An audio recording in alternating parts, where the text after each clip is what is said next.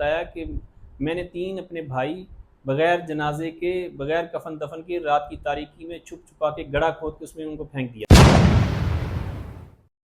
واقعات پیش آتے ہیں کہ محرم رشتوں کے ساتھ لوگ مطلب شادیاں کر رہے ہیں کہ تراویح کے بعد میرے گلے لگ کے رویا کہ میں نے بیٹا 70 سال کی زندگی میں پہلی مرتبہ سجدہ کیا۔ تو بسم اللہ الرحمن الرحیم۔ میں ہوں بلال لطیف ایڈوکیٹ، اور آج ہمارے ساتھ ہمارے بہت ہی معزز مہمان مبشر حسین چاند صاحب، چیئرمین جھگی تعلیمی پروجیکٹ۔ آج ہم ان سے بات کریں گے کہ کس طرح سے انہوں نے اپنے پروجیکٹ کا آغاز کیا۔ جی مبشر بھائی، تو بڑا آپ نے مخصوص طبقہ جو خاص طور پہ جھگی نشین ہے، اس وقت پاکستان کے 24 شہروں میں آپ کے ادارے ان کو تعلیم پرووائڈ کر رہے ہیں، آپ کا ادارہ، تو یہ بڑا مشکل کام ہے۔ کس طرح سے آپ نے کیا؟ اور جس طرح سے میں آپ کو جانتا ہوں، آپ چونکہ حجرہ شاہ مقیم سے ہیں، اور الحمدللہ میں یہ ناظرین آپ کو بات بتاتا چلوں کہ مبشر حسن چاند صاحب کو صدارتی ایوارڈ سے نوازا گیا ان کی خدمات کے سلسلے میں۔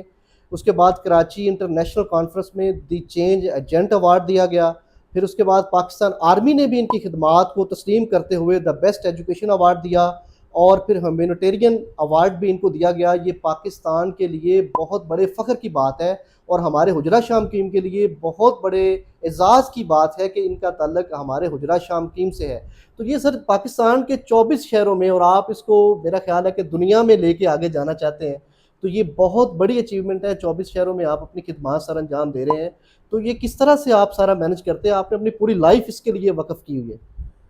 اس میں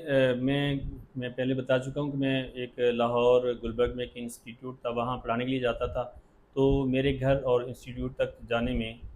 جو 3 جھونپڑی والی آبادیاں آتی تھیں، تو میرے ذہن میں بار بار یہ خیال آتا تھا کہ یہ جھگی نشین جو ہیں، یہ خانہ بدوش ہیں، یہ پکی باس ہیں، اوڈ ہیں۔ اگر میں اپنی یعنی محروم طبقات کے لیے خدمات دینا چاہتا ہوں تو ان سے بڑا کوئی مستحق نہیں ہے، ان سے زیادہ کوئی مستحق نہیں ہے۔ تو لہٰذا اگر میں گلبرگ نہ جاؤں تو میری جگہ پہ 20 لوگ پڑھانے کے لیے وہاں تیار ہو جائیں گے، شاید جھونپڑی والوں کے پاس نہ آئے کوئی۔ چنانچہ 2014 میں ہم نے اس کا آغاز کیا، جھونپڑی والوں کے ساتھ ان کے پاس گئے، عید کے دن جا کر ہم ان سے عید ملے۔ انہیں اس بات کا یقین نہیں آ رہا تھا کہ لوگ تو اپنی خوشیوں میں مگن ہیں اور آپ ہم سے عید ملنے ہیں، وہ بھی جھونپڑیوں میں۔ تو میں نے ان سے کہا کہ آپ ہمارے انسانیت کے حوالے سے بھی آپ ایک وہ انسان ہیں، تو اس حوالے سے بھی ہمیں آپ سے محبت ہے، اور پھر یہ کہ آپ مسلمان بھی ہیں، تو اس لیے ہم آپ سے عید ملنے آئے۔ تو الحمدللہ پھر میں نے ان سے بات کو آگے بڑھایا اور ان سے کہا کہ اگر ہم آپ کے بچوں کو پڑھائیں تو آپ کا کیا خیال ہے؟ تو خیر وہ کہنے لگے کہ ہمارے پاس تو کاپیز پینسل نہیں ہوتی، ہمارے پاس پڑھائی کے اخراجات نہیں ہیں، ہم تو روزی روٹی بہت مشکل سے پوری کرتے ہیں، ہمارے بچے بھیک مانگ کے لاتے ہیں تو ہم کھاتے ہیں، تو ہم فیسیں نہیں ادا کر سکتے۔ میں نے ان سے کہا کہ آپ فیسوں کی پرواہ نہ کریں، آپ صرف اپنے بچے ہمیں پڑھنے کے لیے دیں۔ چنانچہ وہ راضی ہو گئے۔ تو ہم نے الحمدللہ اگلے دن ہی ایک خیمہ خریدا، ان کی جھونپڑیوں میں نصب کر کے وہاں ان کے بچوں کو اکٹھا کر کے مطلب 15-20 منٹ سے آغاز کیا، ان کو پڑھانا شروع کیا۔ 3 دن میں ان کے والدین نے کہا کہ ہمارے بچوں میں بڑی تبدیلی آئی ہے، کہ ہمارے بچے جھونپڑی میں آتے جاتے السلام علیکم کہتے ہیں، اور ہمارے بچے ہاتھ دھو کر کھانا کھاتے ہیں، بسم اللہ پڑھ کے کھانا کھاتے ہیں۔ تو اس طرح یعنی ہمارے بچوں میں بڑی واضح تبدیلی آئی ہے۔ اس سے یعنی ان کے والدین کے بتانے سے میرا حوصلہ بڑھا کہ اگر ان بچوں میں پر محنت کی جائے تو یہ بہت جلد پالش ہو سکتے ہیں۔ جی جی چنانچہ ہم نے اسی سلسلے کو آگے بڑھایا، لاہور کی دوسری جگہ جھونپڑی والی آبادی، تیسری جگہ پہ، چوتھی جگہ پہ، 5ویں جگہ پہ، اس طرح لاہور کے ہم نے 12 جھونپڑی والی آبادی میں یہ کام شروع کیا۔ ماشاء اللہ۔ تو الحمدللہ پھر جب دوسری جگہ پہ گئے تو وہاں میں نے ان سے بات کی تو وہ کہنے لگے کہ ہمارے پاس تو لوگ دوسری غرضیں لے کر آتے ہیں، آپ جی جی ہمیں پڑھانے آئیں۔ تو خیر انہوں نے الحمدللہ انہوں نے بھی بات کو مان لیا۔ پھر وہ کہنے لگے کہ آپ ہمیں تراویح پڑھائیں۔ پھر جھونپڑیوں میں ہی میں نے تراویح کا آغاز کیا، جھگی والی آبادی میں ہی۔ الحمدللہ میں 9 سال سے جھونپڑی میں تراویح پڑھا رہا ہوں۔ ماشاء اللہ۔ تو اچھا، جب 9 سال سے تراویح بھی آپ وہاں جھونپڑی پڑھا رہے والی ہیں؟ آبادی میں ہی ان جھونپڑی والوں کو اکٹھا کر کے ان کی خواتین، مرد، بچے، بڑے، سب بوڑھے، سب الحمدللہ تراویح بھی پڑھتے ہیں۔ جی جی اور یہ پہلی دفعہ ہوا ہے کہ ان میں تراویح پڑھنے کا بھی رواج آیا، ان میں روزے رکھنے کا شعور بیدار ہوا، ماشاء اور اللہ۔ ان میں نیکی، تقویٰ، طہارت کا ایک الحمدللہ ایک رواج پا رہا ہے آہستہ آہستہ میں۔ تو الحمدللہ وہاں جب میں نے تراویح یعنی پہلی مرتبہ قرآن بھی ختم ہوا تو ایک بابا نے مجھے بتایا کہ تراویح کے بعد میرے گلے لگ کے رویا کہ میں نے بیٹا 70 سال کی زندگی میں پہلی مرتبہ سجدہ کیا۔ تو اس سے مجھے ایک بہت زیادہ یعنی ایک ضرب اور ایک چوٹ لگی میرے دماغ میں، بڑی ایک نا وہ ایک دل جو ہے نا میرا پسیج گیا 70 کہ سال میں پہلی پہلی دفعہ دفعہ سجدہ کیا۔ سجدہ تو کیا۔ الحمدللہ پھر ہم نے اس بات کو یعنی اپنا عزم کیا اس بات کا کہ اب ہم انشاءاللہ پورے پاکستان میں ہر جھونپڑی میں علم کی شمع روشن کریں گے اور ان لوگوں کو پڑھا لکھا کر قومی دھارے میں شامل کریں گے۔ افسر صاحب آپ کو مطلب نیشنلی طور پر بھی بڑا اب جو ہے وہ ریکوگنائز کیا جا رہا ہے اس آپ کے کام کو، اس خدمت کو، صدارتی ایوارڈ سے بھی آپ کو نوازا گیا، پھر پاکستان آرمی نے بھی آپ کو ایوارڈ دیا، تو کیسا محسوس ہوتا ہے کہ حجرہ شاہ مقیم کے پسماندہ علاقے سے نکل کے آپ نے خدمت کی اور اللہ تعالیٰ نے آپ کو عزت سے نوازا؟ تو آپ نوجوانوں کے لیے کیا کہنا چاہتے ہیں کہ کس طرح سے وہ نیکی کے عمل میں بڑھ چڑھ کر پیش ہوں اور آپ کا ساتھ دیں یا آپ کو اپنا رول ماڈل بنا لیں؟ آپ ہمارے لیے رول ماڈل بھی ہیں کہ آپ بہت اللہ تعالیٰ نے آپ کو عزت سے نوازا ہے، تو کیسا آپ فیل کرتے ہیں ہمارے حجرہ کے لیے آپ کچھ کرنا اس چاہتے ہیں؟ میں بلال بھائی یہ اللہ کا شکر ہے کہ مجھے اچھے لوگوں کی صحبت ملی، اور ایک جب بڑے لوگوں کی صحبت میں انسان بیٹھتا ہے تو بڑی سوچ ملتی ہے۔ جب بندہ اپنے مطالعہ کا دائرہ کار وسیع کرتا ہے تو اس کی وسعت آتی ہے جی جی ذہن میں، اس کے کام میں، اس کے دائرہ کار میں، اس کے دوست احباب میں، کمیونٹی میں، وہ مطلب ایک اچھی کمیونٹی میں جاتا ہے۔ تو الحمدللہ بڑے لوگوں کی باتیں سن کے ان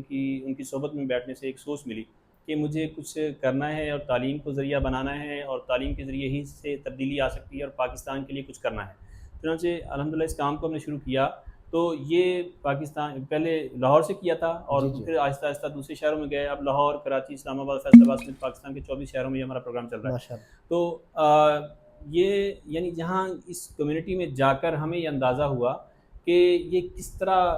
پسا ہوا طبقہ ہے اور کس طرح یہ طبقاتی تقسیم کا شکار ہیں، کہ یہ بالکل اپنے آپ کو ایک اچھوت سمجھتے ہیں اور ہماری خوشی غمی میں یہ شریک نہیں ہوتے، ہم ان کے ہاں نہیں جاتے۔ اس لیے پھر وہاں جو میں بتا رہا ہوں، جہاں 70 سال کی زندگی میں پہلی مرتبہ جس بابا نے سجدہ کیا تھا، جی جی وہاں مجھے خاتون نے بتایا کہ میں نے 3 اپنے بھائی بغیر جنازے کے، بغیر کفن دفن کے، رات کی تاریکی میں چھپ چھپا کے گڑھا کھود کے اس میں ان کو پھینک دیا، انا للہ اور ان کا جنازہ بھی نہیں ہوا۔ تو اس طرح یعنی اس طرح استغفر کے اللہ اور پھر اس طرح یعنی انسانیت سوز کہہ لیں یا اس کو ایک حیا باختہ کہہ لیں، یا ناقابل بیان واقعات پیش آتے ہیں کہ محرم رشتوں کے ساتھ لوگ مطلب شادیاں کر رہے ہیں کہ انہیں پتہ نہیں ہے کہ یہ یعنی رشتوں کے تقدس کا پتہ نہیں ہے۔ الحمدللہ ہماری اس تحریک کی برکت سے لوگوں میں شعور آ رہا ہے اور لوگ آہستہ پڑھنے کی طرف بھی راغب ہو رہے ہیں، اور بیسیوں خواتین ایسی ہیں کہ جو بھیک مانگتی تھیں، ہم نے ان کو ہنر سکھایا اور وہ الحمدللہ باعزت روزگار پہ کھڑی ہو گئی ہیں۔ اور اسی طرح ایسے بچے کہ جن کے ہاتھوں میں کشکول گدائی تھا، ان کو ہم نے تعلیم کے علم و ہنر کے زیور سے آراستہ کر کے ان کے اندر شعور بیدار کیا۔ اب وہ الحمدللہ ہمارے بچے 9 10 تک پہنچ گئے ہیں، ماشاء اور اللہ اسی طرح یہ کام چلتے چلتے الحمدللہ پھر ہم نے اس کا جب کام پھیل گیا 24 شہروں میں، ہم نے کہا کہ اس کا ویژن ہونا چاہیے، تو ہم نے عالمی ماہرین کو لاہور اکٹھا کیا، جی اور جی اس میں الحمدللہ 5 روزہ کانفرنس ہوئی۔ اس میں ہمارا 50 سالہ ویژن بنا۔ 50 سالوں کے مطابق یعنی اس ویژن کے مطابق ہم نے پاکستان میں آباد 2 کروڑ سے زائد خانہ بدوش جو ہیں، ان میں لٹریسی ریٹ جو ہے 100% ہوگا، اور ماشاء اللہ یعنی ہر بندہ جو ہے کم از کم لکھنا پڑھنا، اپنا نام لکھنا پڑھنا جانتا ہوگا، لیکن اس میں سے 80 لاکھ لوگوں کو ہم پڑھا لکھا کر قومی دھارے میں شامل کریں گے۔ جی جی پاکستان کی 25 یونیورسٹیز میں ہم نے یہ پروگرام پیش کیا، اور جی مختلف یونیورسٹیوں کے ساتھ ہم MOU سائن کر کے جو نوجوان طبقہ ہے ان کو اس طرف لا رہے ہیں، انسان دوست بنا رہے ہیں، جبکہ اس دور میں نفسا نفسی کا عالم ہے کہ ہر بندہ جو ہے ڈگری لے کر باہر بھاگنے کی کرتا ہے ایسے کہ میں ملک سے باہر چلا جاؤں۔ جی جی ہم الحمدللہ ایسے لوگوں کو موٹیویٹ کریں کہ نہیں، پاکستان اپنا ہے، اس سے محبت کریں، اور اس میں رہ کر پاکستان کی خدمت کیسے کرنی ہے، اور یہاں رہ کر پاکستان کی یعنی پاکستان نے میں کہتا ہوں مجھے بہت کچھ دیا، میرے اس شہر نے بہت کچھ مجھے دیا، اور پاکستان نے مجھے بہت کچھ دیا، اور میں اسی کے لیے کچھ کرنا چاہتا ہوں۔ جی جی تو الحمدللہ ہمارا یہ عزم ہے کہ ایک تو پاکستان کی ہر جھونپڑی میں علم کی شمع روشن کریں گے، اور پاکستان کے ہر خانہ، ہاں اس طرح مجھے کئی کانفرنسوں میں، عالمی کانفرنسوں میں جب موقع ملا مجھے بات کرنے کا، اس میں ہم نے پریزنٹیشن دی، تو مجھے وہاں یہ الحمدللہ ہم نے اس عزم کا اظہار کیا کہ آنے والے 10 سالوں میں یہ ہمارا جگی تعلیمی پروجیکٹ جو ہے پاکستان کی منفرد تعلیمی تحریک بن جائے گی انشاءاللہ، انشاءاللہ اور اسی طرح پھر آنے والے 25 سالوں میں دنیا کے سامنے رول ماڈل کے طور پہ ہم اس کو پیش کریں گے۔ جی جی ابھی پچھلے سال میرا ایک بیرون سفر تھا، اس میں کم از کم 18 ممالک کے لوگوں نے مجھ سے رابطہ کر کے یہ کہا کہ آپ نے جو نومیڈس ہیں، خانہ بدوش ہیں، جھگی والے ہیں، ان کو پڑھنے پر قائل کیسے کیا، یہ قائل کیسے ہوئے؟ ہمارے ملکوں میں تو یہ پڑھتے ہی نہیں ہیں، جی جی ہم بہت محنت سماجت کرتے ہیں۔ بہت مشکل کام ہے جی، الحمدللہ ان کو جو ہے وہ جو گداگر تھے یا جو خواتین، اور پھر بڑی افسوسناک صورتحال ہے، پاکستانی گورنمنٹ کو بھی چاہیے کہ اس طرف توجہ دیں، حافظ صاحب کی خدمات کو جس طرح سے انہوں نے سراہا ہے، ان کی سپورٹ بھی کریں کہ کس طرح سے وہ یہ بتا رہے ہیں کہ محرم رشتوں کے ساتھ خانہ بدوش شادیاں کر رہے تھے، اور پھر جو ہے وہ بغیر نماز جنازہ کے لوگوں کو دفنایا جا رہا تھا. تو یہ بہت بڑی ان کی کاوش ہے کہ انہوں نے ان کو تعلیم سے راستہ کیا. بڑا مشکل کام ہے, آپ کو بہت زیادہ ہرڈلز آئی ہوں گی, بہت زیادہ. جی اس میں بالکل اس میں کوئی شک نہیں ہے، لیکن میں سمجھتا ہوں مشکلات بہت زیادہ ہیں جب بندہ وہاں جاتا ہے. تو جیسا کہ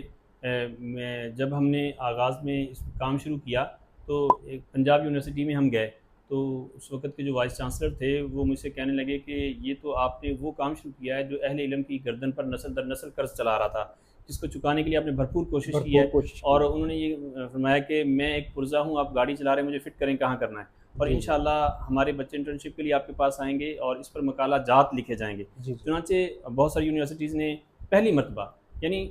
خانہ بدوشوں کی حالت زار تو بہت یونیورسٹیوں نے پیش کی ہے،